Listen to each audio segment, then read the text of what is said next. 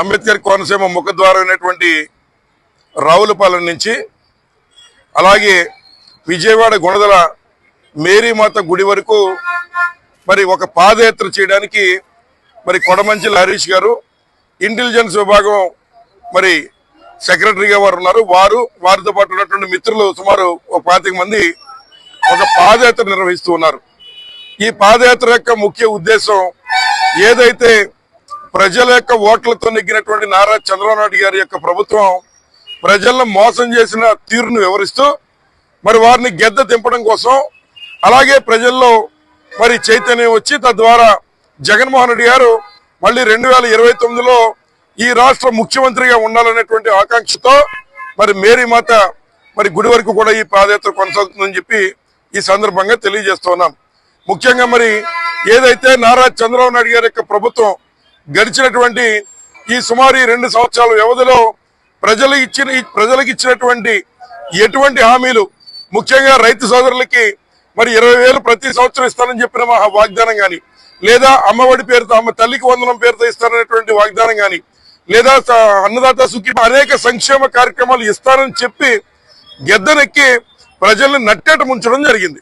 మరి ఏదైతే ఈ రోజు ఈ రకమైనటువంటి పరిపాలన మరి అందిస్తూ మరి ఏదైతే రెడ్ బుక్ పాలన ద్వారా అనేక దురాగతాలు చేస్తూ ఒకవైపు మనందరి యొక్క పవిత్రమైనటువంటి వెంకటేశ్వర స్వామి యొక్క లడ్డూని సైతం అపవిత్రం చేసేటువంటి నారా చంద్రబాబు నాయుడు గారిని, వారి యొక్క కూటమి ప్రభుత్వాన్ని మరి కోకటి వేళ్లతో పెకిలించే విధంగా మరి గుణదల మేరీమాత గారు కూడా మరి సహకరించాలని వారిని కోరుతూ మరి పాదయాత్ర సాగనుంది.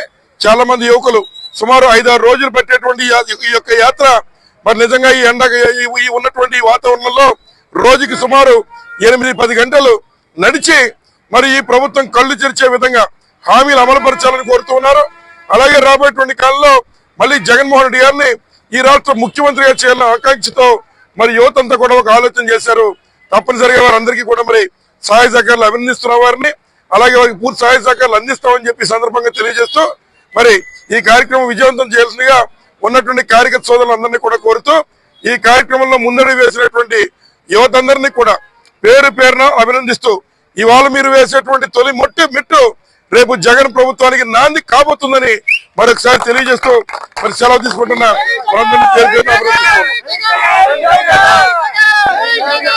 అందరికీ నమస్కారాలు అండి. ముందు మీడియా మిత్రులకి, అదేవిధంగా వైఎస్ఆర్ కాంగ్రెస్ పార్టీ నాయకులకి, వైఎస్ఆర్ కాంగ్రెస్ పార్టీ శ్రేణులకి, వైఎస్ఆర్ కాంగ్రెస్ పార్టీ అభిమానులకి, అదేవిధంగా మా నియోజకవర్గ మాజీ శాసనసభ్యులు జగ్గిరెడ్డి గారికి, కొత్తపేట నియోజకవర్గ డాక్టర్ బిఆర్ అంబేద్కర్ కోనసీమ జిల్లా అధ్యక్షులు జగ్గిరెడ్డి గారికి ప్రతి ఒక్కరికి కూడా ముందుగా నమస్కారాలు తెలియజేసుకుంటున్నానండి. ఈ యొక్క యాత్ర ఉద్దేశం ఏంటంటే రానున్న రోజుల్లో 2029లో వైఎస్ జగన్మోహన్ రెడ్డి గారు మళ్ళీ అధికారం చేపట్టాలని, అదేవిధంగా మన చిల్ల జగ్గిరెడ్డి గారు అత్యధిక మెజారిటీతో మళ్ళీ శాసనసభ్యులుగా అత్యధిక మెజారిటీతో గెలుపొందాలని ఈ చేసే యాత్ర ఈ పాదయాత్ర అండి. కాబట్టి ఈ యాత్ర ప్రతి ఒక్కరు ప్రోత్సహిస్తారని చెప్పి నేను కోరుకుంటూ ఇక్కడ సెలవు తీసుకున్నామండి.